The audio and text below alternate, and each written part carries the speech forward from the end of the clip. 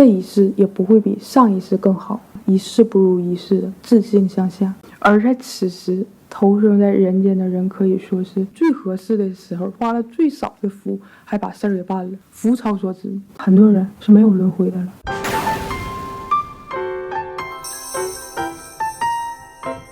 阴曹地府，凶宅闹鬼，亡魂托梦，鬼怎么这么多呢？那么到底是人多还是鬼多呢？第一个问题由担任过地府判官的黎树来回答。对，这个黎树，他就是像你我一样活生生的普通人，活人去冥界去地府断案，而且不但去，就跟上班似的，天天去，一去就是4年，这真是把社畜往死里用啊！好，回到刚刚的问题，到底是人多还是鬼多呢？人少鬼多，也就是我们的身体不够分配的，而且我们要投生的人家必须跟我们是有着宿世姻缘的。如果一个人生前交际比较广，认识的人比较多，这样就比较好投胎。而如果一个人是比较贫穷的为啥非要强调贫穷呢？难道穷也有错吗？这里我只能理解为就是住在山里不出山也不社交的人，就这样的人，他一旦进入了冥界，几乎就很难再次转世为人了，因为必须要找到跟他有宿世姻缘的父母，他才能去投生。社恐想要做人都这么难呢？大宝基经说，若父母尊贵有大福德，孩子卑贱没有福德的，或者孩子尊贵有大福德，父母卑贱没福德的，福德不相匹配的都是不可以成胎的。就算是福德相匹配，你没有宿世的姻缘也不能成胎。而且不止这些，还有好多条件呢。但是我们就按这个再往下推，会生在一个跟我们福德相配的父母的家里，我们会生一个跟我们福德相配的孩子，那么是不是可以大胆的推论，我们也只会和跟我们福德相配的人结婚？就算感觉他不怎么地，那也只能证明我的福德不够配他的，有点扎心。有的时候就会经常觉得生活太苦，一了百了，殊不知人生难得呀。在明朝的时候，有3个在宫廷里当大官的：黄忠、博魏元、张九福。他仨呢就出去游山玩水，路过一个寺庙，他仨就想进去礼佛。刚一进门，黄忠就看见他的朋友马邦良跪在佛前虔诚礼佛，一边念佛，眼泪还哗哗往下淌。这里的马邦良，他也是在朝廷里当大官的，官职是太仆卿，就是管皇帝的车马和马政的。他爸死了，他回家奔丧，路过这个庙进来拜一拜。黄忠就问马邦良，怎么你现在信佛都信到这个程度了？马邦良特别惊讶地看着他，怎么能不信佛呢？信佛怎么能不虔诚呢？正法难闻，人生难得。一说到人生难得，他又开始哇哇的哭起来。这仨人说，呵，这人啥毛病？你看看前就有咱们仨，你再看看这来寺庙里的烧香拜佛的善男信女，难道他们不是人吗？当时是夏天，马邦良就拿起来扇，哗，使劲一扇，把所有苍蝇蚊子小虫全给扇出来。问他仨，你告诉我是人多还是虫子多？他这么一问，给他仨给整不会了。沉默良久，马邦良说，我跟你们说，我曾经当过地府判官。对，他也当过阎王。他说当时我还在上学，他指那上学吧，就是考官考科举之前的那段时间。但是我虽然上学不耽误，天天去冥府还得断案，一去呀，那地府里头吱哇乱叫的，特别凄惨，我都不敢瞅。100个人、1000个人当中，就能有1个或者2个人投胎转生为人，1000、10000个人当中往生净土的能有1个，那就老不错了。也就是说，在底下想要轮回为人，概率为2%，那就概率相当低了，比中举都严。马邦良又继续说，在我们这世界上最重、最狠的刑罚，它不过就是一死而已。但是到底下你犯啥罪了，你被疼死了，你还能复活，复活之后还给你继续上刑，上刑之后你又死，还得给你复活，就一直到你什么时候把你造的业给还完。你想要轻一点，想要逃过去，或者想要重一点，那都不好使。有往生净土的人才能躲得过去。你说知道这些的人能不信佛吗？你说都知道这些了，念佛敢不诚心吗？他这么一说，给这仨人吓得毛都立起来了。有句话是这么说的，一失人身，万劫不复。就像你我这样的正常普通人，基本上都是会往下的，一世不如一世的自性向下。就算是不去冥界做鬼，再投胎为人，这一世也不会比上一世更好。这还是正常情况下，我们没干啥坏事的情况下，也都是会多多少少的消耗我们福报的。再说了，现在这个物质的社会，满足物质的欲望，要大房子，要豪车，还要一个温顺的对象，还要一个性格温良的另一半，这都更是相应的会减损福报的。一见光，该去哪儿还是去哪儿，即使是天人也是如此。人如果福报也尽了，该去哪儿还是去哪儿，一度往三恶道，想再回去那老费劲了。有一回佛就用手指甲抠了一点土，然后问迦叶尊者，佛手指甲上土多还大地上的土多？迦叶尊者说，当然是大地上的土比佛指甲上的土不知道多出来多少倍。佛就说，人死了之后想要再成为人，天上的人死了之后再想成为天人，概率就比我手指头上的土还少，堕往三恶道的比地上的土还多。而且一旦堕往三恶道了，寿命特别长，想死都死不了，哪怕经历了所有的劫，再次投胎作为人，由于术士的余气若息，还是会堕往三恶道。他还有一个非常形象的比喻，盲龟浮木，说在茫茫的大海上飘着一块木头，这木头的中间呢有一个黄铜大小的洞，有一只瞎了眼的王八，100年浮出水面一次。它刚浮出水面，木头的洞就刚好给它的脑袋给卡住了，就这么低的概率能当人。别说这画面挺形象的。类似的比喻还有须弥穿针，我们的世界以须弥山为中心，分别有东胜神州、南瞻部洲、西纽贺州、北俱泸州，就那么大的一个山，从山顶上放下来一根线，在山底下放一根绣花针，这个线掉下来就刚好穿进那个绣花针里，就那么低的概率成为人。类似的还有光臂撒豆、针尖堆豆，就是指我们成为人的概率这么低。那非得做人吗？做小动物、做鬼不行吗？这个问题还是由梨树回答。这个问题吧，不是这么问的，但是他的回答吧是相关的。问题就是鬼有狡辩的吗？你应该问有没有不狡辩的鬼。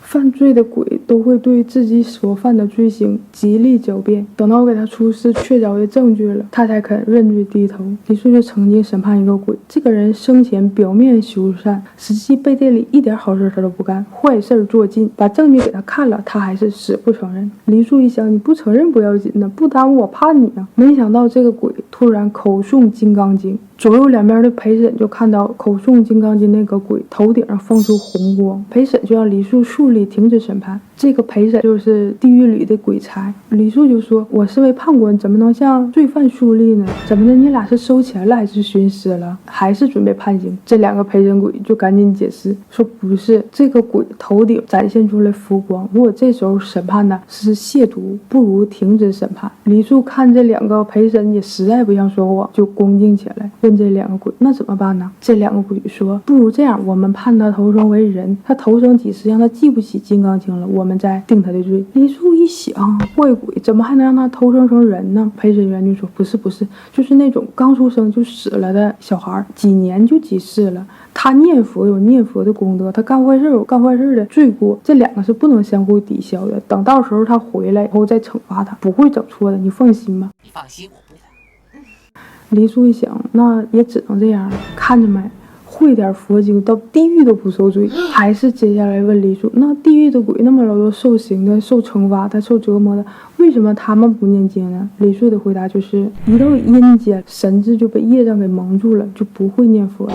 那为什么刚才那个鬼会口诵金刚经呢？他们没这么问，这是我自己合计的啊。你就想哈，就这鬼，他能口诵金刚经，这是地府啊，他肯定没有带经，证明他平时真的是有背有念的，就是有这个修行才不能忘。在明朝的时候，浙江太常有个人叫徐成民，他也替阎王判过案。地府这么缺人吗？也有一本相应的书被保存下来了，活阎罗断案。他在断案的时候吧，说梦话，村里就有好信儿的人，在他说梦话的时候就坐他旁边，把这梦话全记下来，最后形成了这本书。古代人挺闲的。徐成民就说，地狱的刑罚太苦了，经常会有佛菩萨和历代的祖师下来度化这些恶鬼。可是如果这些恶鬼术士都没有善根的话，即使在他眼前开示，他们也是看不见的。接下来这个问题就是，鬼看不见我们闻佛法吗？这话是怎么来的呢？实际上说的意思就是，虽然我们看不见，但我们的身边到处都是鬼。在《长安韩经》中就有这样的记载：一切人民所居舍宅，皆有鬼神，无空过者；一切街港市渠道中，徒儿市井及丘冢间，皆有鬼神，无有空者；一切树木极小如车轴者，皆有鬼神依止，无有空者。也就是说，在我们的身边到处都是鬼，所以才有这样的问话。既然他们都在我身边，那他们怎么能看不见我们修文佛法？他同样也是看不见的。所以黎素就劝我们要修行，一定要趁自己断气儿之前。要是死了之后，尤其到了冥界，想要再修行，很难很难很难，几乎是不可能的。这个人还是没想明白，于是又继续问了：鬼虽然能看到我们这个世界，都能听到我们说话，为什么唯独对于我们修闻佛法他看不见呢？还是黎素的回答，他是这么说的：这是由于他们的因缘业力所导致的。你看，就像在我们身边不也有无神论者吗？或者是饥寒交迫无暇修行，这样的人对于修行不也是看不见听不着吗？就算他偶然间看到了听到了，因为五欲六尘的牵绊，也会不信或者是心智不坚而不肯修行念佛。这和鬼看不见听不着不一个意思吗？那鬼不行，小动物又做错了什么？有一句话是这么说的：七佛以来犹为遗止，8万劫后未脱歌身。挺押韵哈。七佛以来犹为遗止，遗止指的就是蚂蚁。有一次佛在指环境水看到一窝蚂蚁，他就笑了。佛不会无缘无故的笑。阿难就问他笑什么？佛说：你看，七尊佛已经在这个世界出现过了，而他们却始终都是蚂蚁身。就是说这蚂蚁太愚痴了，有那么多佛来度化他们，可他们仍然是选择投身为蚂蚁。8万劫后未脱歌身也是一个典故。佛和舍利佛他俩打坐完之后起来溜达溜达，就看到天上有一只鸽子被老鹰追，鸽子就躲到佛的身后了，老鹰看不见就飞走。佛就让舍利佛看一下这个鸽子的宿世命运。舍利佛只有8万大劫的宿命通，他就只能看到这鸽子8万大劫前还是鸽子啊。佛又说让他看这个鸽子什么时候能脱离鸽身。他看完之后发现他8万大劫之后他也还是鸽子。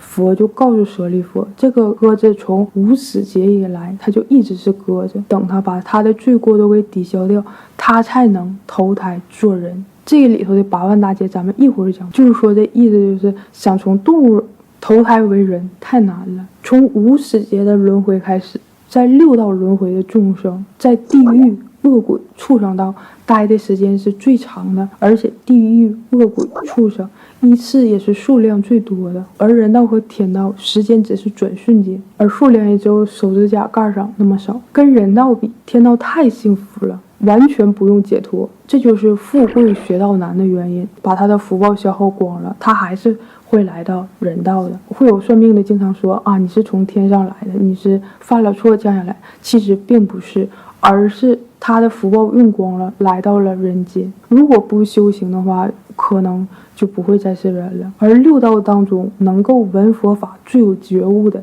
人道第一，人道记忆第一，反省第一，勤勇第一。要求解脱，还得是人身，也可以说亦是人身，万劫不复，非常恐怖。对哈，我之前都不能理解是有多恨一个人才能一直跟着他不肯饶恕。你想想那些被打掉的孩子，一直不肯放过他们的父母，人家从无始劫以来终于有一次这个投胎为人的机会，还给人打死了，这肯定得报复啊。你再看看，尤其在咱东北，小动物啊，红黄白柳灰啊，必须得借助人身才能修行，可见我们的身体有多重要。这些小动物它用人身修行都不一定是对的，正神不负人身，正经的神是不让往人身上随便上去的。好，我们现在好歹是有人的身体了，但你知道善缘具足有多难吗？首先我们得有智慧，得相信吧，还得有善缘吧。就算这些都有，还得出生在佛法在世的时节。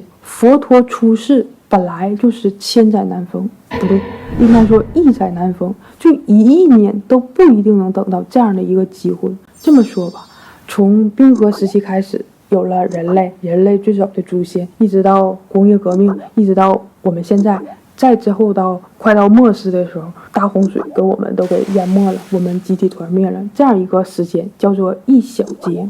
这一小节是1598万年，开始有人到人被灭掉，从开始到结束是一小节，这样一个来回20次是一中节，这样来回80次是一大节。刚才的8万大节就是8万乘以80等于，请作答。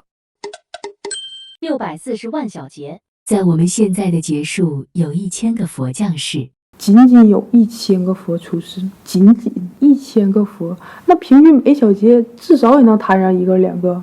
然而并不是，在我们这个大节，我们是第9小节，在我们之前那8个小节是没有佛出世的，一个也没有，就是来回从开始有人到人被团灭8次，没有佛出世。到了我们这第9小节才出现了第一尊佛，在这个大节的第一尊佛才在我们这个小节出世。如果出生在之前呢8个小节当中任何一个小节，就算你再聪明再有觉悟，都没有佛，上哪儿去念经顶礼合掌？就只能在无限的六道当中不断的往复。而你想过吗？最开始的那个佛，他不想在这当中受苦了，他是一个一个方法，直到试到最后一个得到了解脱。他告诉所有人啊，就这个方法能让我们变得更幸福。每一小节人的寿命是从84000岁，每100年降1岁，一直降到人寿命为10岁的时候，这一小节结束，人被灭掉。就比如说现在人寿是80岁，过了100年之后人寿就是79岁，再过100年之后人寿就是78岁，就是这个意思。而人最长的寿命是84000岁。为什么说皇上万岁万岁万万岁，皇后千岁千岁千千岁？因为以前人就这么长的寿命。而注意啊，人寿命越长，人的智慧就越高。也可以结合我这期看，为什么人的寿命越长，人智慧越高？就是在人寿6万岁的时候，相对来说也是非常出名的时候了。第一尊佛居留顺佛出世，我们这一大节的第一尊佛在我们这第9小节降世。接着在人寿4万岁的时候，居那含摩尼佛降世，这个佛降世还是在我们第9小节，这是第2尊佛。等到人寿是2万岁的时候，迦叶佛出世，还是在我们这第9小节当中，他是第3尊佛。第4尊佛，也就是我们现在释迦牟尼佛降世，然后我们这小节结束。都说我们现在是末法时期嘛，佛灭度后500年为正法时期，1000年后为相法时期，之后就是末法时期。我们现在就在末法时期，末法时期再1万年，所有的经书都灭度，只剩一部无量寿经在人世200年。200年后连这部经书都没有，只剩一句阿弥陀佛，最后连阿弥陀佛都没有，佛法彻底消失，我们这一小节结束，人被灭掉。我们这不是第9小节吗？等到第10小节的时候，只有一尊佛出世，是在人寿84000岁的时候。这不是第9、第10，从第11小节一直到第14小节又没有佛降世。佛降世的结束叫做明节，佛不降世的结束叫暗节。大概就是整个从最大的那个眼光来看，有佛在的结束和没有佛在的结束，大概就是1000、1万个里头吧，大概就能有8、9个，就是只有那几个是佛降世的时间。所以你知道佛降世有多难吗？而且佛只有在8万、4万、6万、2万、1万开头的时候才愿意出世，而只有释迦牟尼佛愿意在人寿100岁的时候出世。你想想，1万开头和100开头，那人绝对是不一样的。佛都不愿意在这个时间来度化人，这个时候是五浊恶世、难言福地、污浊之地。这个时候度人也叫做恶度。啥叫恶度呢？就是你要不是生病啊，有啥灾啊，你绝对不会求神拜佛。是有什么大事儿啊，有什么大病了，或者是你有什么大的过不去的坎儿了，你才会来求神拜佛，由此而被度化。这种就叫做恶度，就是那个意思。这个时候的人类，也就是我，都是属于冥顽不灵、贼顽固、不开化、不好教。但是你再想想，凡事都有好的一面和坏的一面。我们在这个时候降世，和在人寿8万、6万、4万、2万、1万开头的时候降世，那个时候需要的福报，那它肯定是特别贵、特别多的。而咱们在人寿100岁的时候降世，那福报肯定要求的相对来说少啊。而且这是我自己分析的，不但要求你福报少，关键最重要的事儿就是咱花了最少的福报，而且还有佛降世，而且还有佛度化我们，这时候还有佛法，属于最合适的时候，花了最少的福还把事儿给办了，物超所值，福超所值。而在此时投生在人间的人可以说是百千万劫难遭遇。开经记里总说百千万劫难遭遇，如今你再体会体会，才能真的明白他当中的深意。记得看《八万四千分》里头说，如果问普美林巴尊者，如果看到一个人特别有钱的加州人，他住在海边的100万美元的别墅里头，天天去冲浪，夜夜开party，他会怎么看？普美林巴尊者会说，天哪，他太可怜了，他上辈子做了什么孽，让他都修闻不到佛法。我当时看到这时候眼泪都笑出来，如今再看这句话，简直就是当头一棒。你再想想，假如说国家非常动乱，或者是国破家亡，再或者是生在那种原始部落都没有文字，又或者是生在非洲加入了食人族或者巫毒教，根本就不会去学佛法，又或者我们是为生计特别奔波都没有时间的人，或者是特别有钱有权的人，完全没有什么要求的，也都不会修闻佛法，而我们刚好够温饱，还有点空闲的时间。最重要的就是佛陀出世，佛已说法，佛法在世，可以修闻，就这种所有条件都满足的，就叫做无暇珍宝身，就是我们的身体就比最稀世的珍宝还要珍贵，因为所有这些全都具足，是太难的一件事儿了。同样，你今天能知道这些，能了解这些，也绝对不是巧合和偶然，而是你多生多劫的善根才会有这样的机缘。